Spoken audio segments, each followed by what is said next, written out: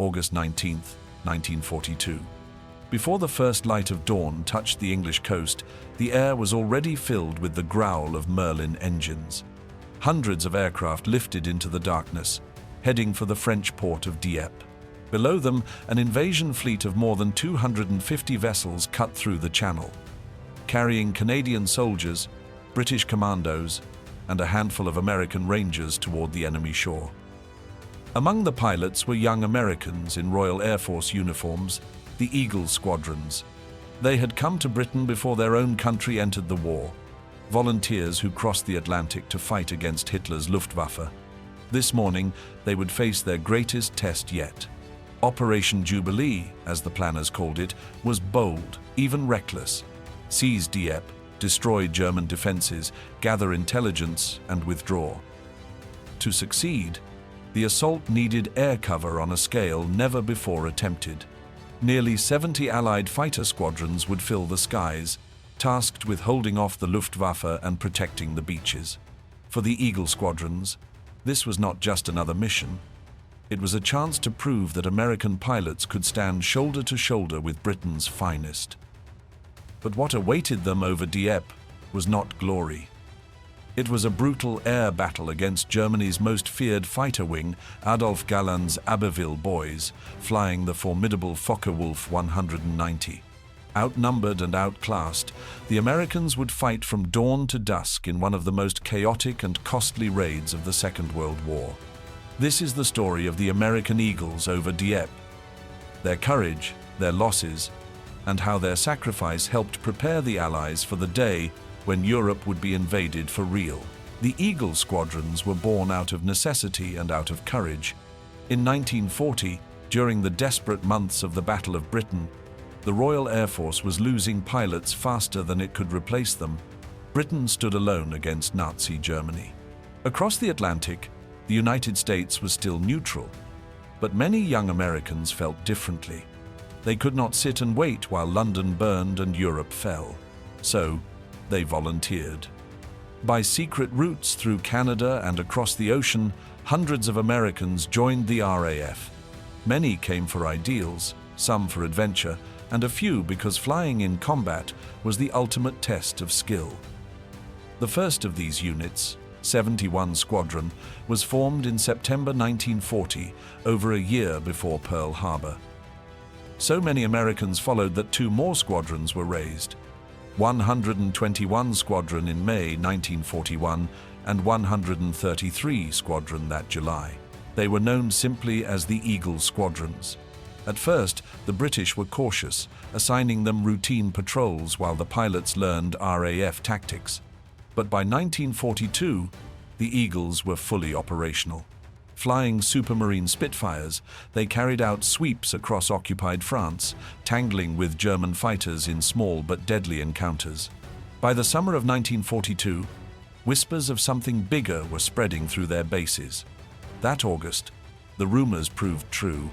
Without warning, 71 Squadron was moved from Debden in Essex to Gravesend in Kent. At the same time, 121 Squadron shifted to Southend-on-Sea, and 133 Squadron to Biggin Hill, all within striking distance of the French coast.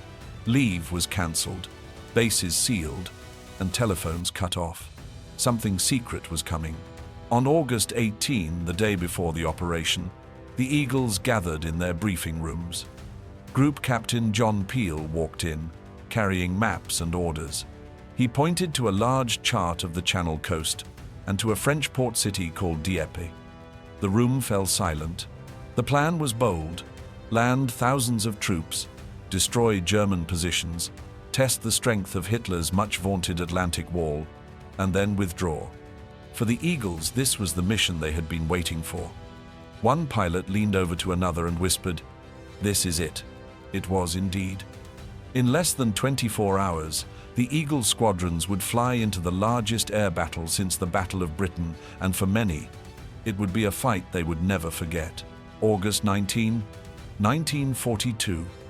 Long before sunrise, the men of the Eagle Squadrons were awake. At 4:45 a.m., they ate a hurried breakfast, climbed into their flight gear, and made their way to dispersal. The briefing had been clear: maintain radio silence, protect the fleet, and expect heavy resistance. At Gravesend, 71 Squadron took off first. Their Spitfires roared into the night sky, forming up over the Sussex coast. There, over Beachy Head, they joined 5 other squadrons, 72 Spitfires in all, and set course for France. Behind them, 121 and 133 squadrons prepared to follow.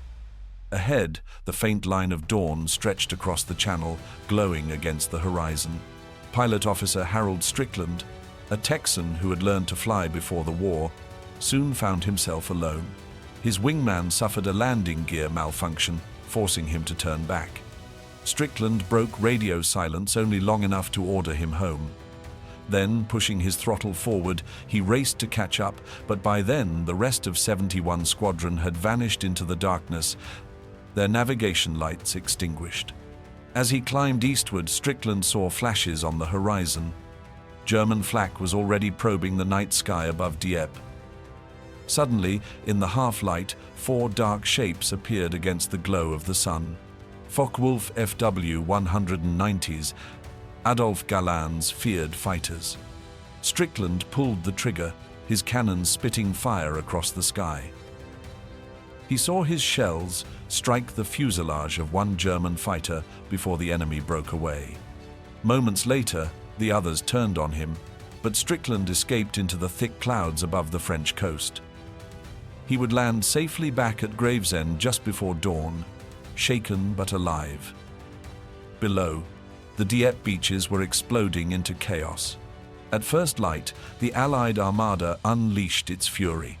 Naval guns firing at shore batteries, landing craft struggling toward the beaches, and Canadian infantry pressing forward into a storm of German fire. The men in the Spitfires could see it all from above: the flashes of artillery, the plumes of smoke, the silhouettes of ships darting through the haze. 71 Squadron pressed on, sweeping over the landing area. The roar of engines filled the air as dozens of Spitfires crossed the coastline at low altitude. But they were not alone. The Luftwaffe was waiting. Radar stations had alerted German fighters even before the first landing craft touched the sand. By sunrise, swarms of FW-190s and Messerschmitts were diving into the fray. The Eagles soon realized this was no ordinary sortie. Everywhere, the sky seemed filled with tracers, twisting dogfights, and aircraft tumbling in flames. The mission's scale was unprecedented. Nearly 70 Allied fighter squadrons, Spitfires, Hurricanes, and Typhoons clashed with some of Germany's finest fighter wings. The task was clear: shield the beaches, draw the Luftwaffe into combat, and, if possible, destroy as many enemy aircraft as they could. But the enemy had the advantage. Their airfields were barely 30 miles away, close enough to allow German fighters to rearm, refuel, and return again and again. The Spitfire pilots, by contrast, had to cross the channel just to reach the battle. As the morning advanced, more Eagle Squadrons joined the fight. 121 Squadron lifted off from Southend and reached Dieppe by 9 o'clock. 133 Squadron, under the fiery leadership of Don Blakesley, followed soon after. Together, the American volunteers would find themselves locked in combat against one of the Luftwaffe's most feared units, Jagdgeschwader 26, the Abbeville Boys. By mid-morning over Dieppe, the sky was alive with combat. German radar had done its work. From airfields at Abbeville, Saint-Omer, and beyond, the Abbeville Boys Jagdgeschwader 26, commanded by Adolf Galland himself, were already in the air. These were not ordinary opponents. They were among the finest fighter pilots in Europe, flying the Luftwaffe's most lethal weapon, the Focke-Wulf 190. At around 9 o'clock, 121 Squadron, one of the 3 American Eagle Squadrons, arrived over Dieppe. Their British commander, Bill Williams, led them in since their American squadron leader, Hugh Kennard, was grounded by illness. Almost immediately, they were bounced by swarms of FW-190s. The squadron's logbook recorded it simply: Dogfights ensued. In reality, the action was savage. Within minutes, the Americans were scattered. 5 Spitfires were shot down, and a 6th limped home riddled with cannon fire. 1 pilot was killed. Another splashed down in the channel and was plucked from the water. A 3rd was forced down in France and taken prisoner. The Luftwaffe lost only 2 or 3 aircraft in the exchange. Against the Abbeville Boys, the Spitfire MKV simply could not hold its own. The survivors described the shock of the combat. German pilots always seemed a step ahead, dodging bursts of fire, turning tighter, and striking with deadly accuracy. One entry in 121's logbook admitted several pilots fired their guns but made no claims. For the Eagles, it was a sobering lesson.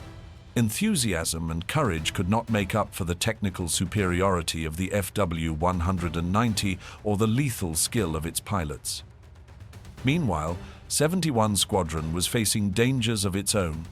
Flying over the landing beaches, the Americans suddenly found themselves dodging more than just German gunfire. Allied landing craft, specially equipped with rocket batteries, unleashed massive salvos inland. More than 100 rockets streaked into the air, and nearly 50 tore straight through the formation of Spitfires.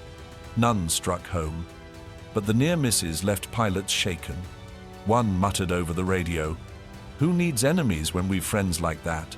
Further to the east, 133 Squadron, commanded by the hard-driving Don Blakesley, was having a better day. On its second sortie, the squadron encountered German bombers attempting to strike Allied ships off the beaches.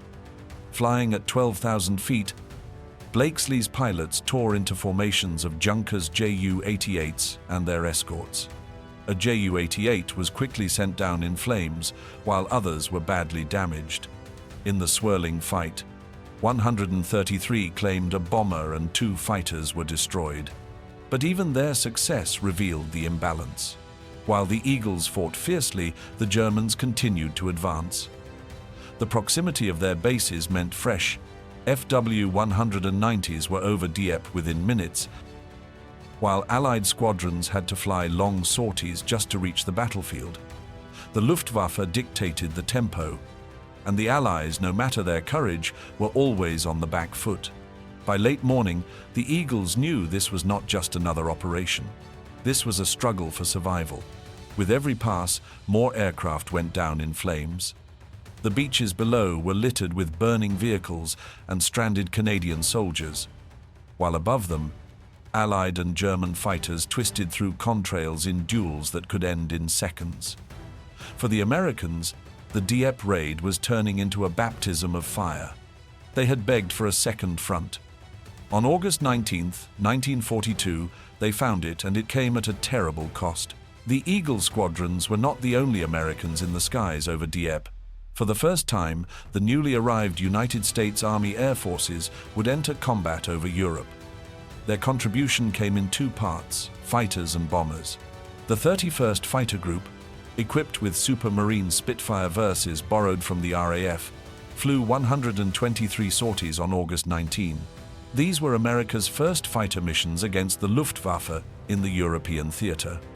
Painted in olive drab with US stars hastily painted over RAF roundels, the aircraft looked British, but inside the cockpits were young American pilots facing their baptism of fire. The learning curve was brutal. In their first clashes with the Abbeville Boys, the 31st lost 8 aircraft, 5 pilots were missing in action. Yet they also scored their first victories. Second Lieutenant Sam Jankin shot down an FW-190, the very first American aerial victory over occupied Europe. Moments later, Jankin himself was downed and fished from the channel. German pilots, unfamiliar with American Spitfires, even misidentified them. When Oberleutnant Rolf Hermichen of Jagdgeschwader 26 shot one down, he reported a P-39 Aerocobra destroyed. No P-39s had ever reached Dieppe. While the 31st learned its lessons in the air, America's heavy bombers struck at the heart of German air power. The 97th Bomb Group flew its second combat mission ever, and its first in direct support of ground operations. 24 B-17 Flying Fortresses took off with a formidable escort of Spitfires. Their target was the Luftwaffe fighter base at Abbeville, home of Galland's elite JG-26. The operation carried the misleading codename Circus 205. But there was nothing light-hearted about it. If successful, the raid would close Abbeville's runways for crucial hours, limiting German fighter response over Dieppe. As the bombers crossed into France, their gunners fired nervously at shapes in the distance. But the Luftwaffe held back. At 23,000 feet, the B-17s released their payloads. Spitfire escorts watched as bombs exploded across the airfield, tearing up 2 of Abbeville's 3 runways and putting the base out of action for nearly 2 hours. For the American High Command, the mission was a test. The fortresses had carried the new top-secret Norden bomb sight, capable, it was said, of dropping a bomb into a pickle barrel from 6 miles high. At Dieppe, it proved its worth. The precision strike on Abbeville gave planners confidence that the daylight bombing campaign, still in its infancy, could one day cripple Germany's industry. The debut of the USAAF at Dieppe was costly, but symbolic. America was no longer just sending volunteers in RAF uniforms. On August 19, 1942, the Stars and Stripes flew in combat over Europe for the first time, and the Luftwaffe took notice. In a battle as vast and chaotic as Dieppe, it is often the individual stories that reveal the human cost and the strange twists of fate that kept men alive. For the Eagle Squadrons, August 19th was filled with such moments. Squadron leader Chesley Peterson, commander of 71 Squadron and one of the most respected American volunteers, led his men into the heart of the battle. In the skies above Dieppe, he sighted a formation of German bombers, Junkers Ju-88s, and picked one out. Diving at speed, he opened fire from 300 yards, cannon shells hammering into its starboard wing. Black smoke poured from the engine, but the Ju-88's rear gunner fought back with equal fury. Cannon shells ripped into Peterson's Spitfire. His cockpit was filled with smoke and steam. With his engine ablaze, he pressed the attack to within 150 yards before finally breaking off. Peterson bailed out over the channel. His Spitfire plunged into the sea in a plume of spray. As he floated downward, he remembered the revolver tucked in his boot. He had never fired it in combat. With grim humor, he pulled it out, emptied all 6 rounds into the air, then let it sink into the waves. Minutes later, he splashed into the cold water, waiting for rescue. A patrol boat reached him, but his ordeal was not over. Strafed by German fighters on the way back, another rescued pilot was killed. Peterson survived. He would return to his squadron, living proof of how narrow survival could be. Not all rescues were so sober. Pilot Officer Michael McFarlane, a spirited young flyer, also went down that day. His Spitfire, damaged by cannon fire, ran out of fuel and forced him to ditch close to the French coast. He clambered into his inflatable dinghy, pulled out the small hand paddles and realized he was frighteningly close to enemy capture. In desperation, he tore open his escape kit and found a supply of benzedrine tablets, wartime stimulants issued for emergencies. McFarlane swallowed the entire pack. The effect was immediate. His wing commander later recalled, "Supercharged with zeal, he thrashed away like a whirling dervish." McFarlane paddled furiously, convinced he could reach England. Fortunately, an air-sea rescue launch spotted him within 20 minutes. By nightfall, he was back in the squadron bar, still wired on benzedrine. His comrades watched in amusement and alarm as he drank and joked until 2 a.m.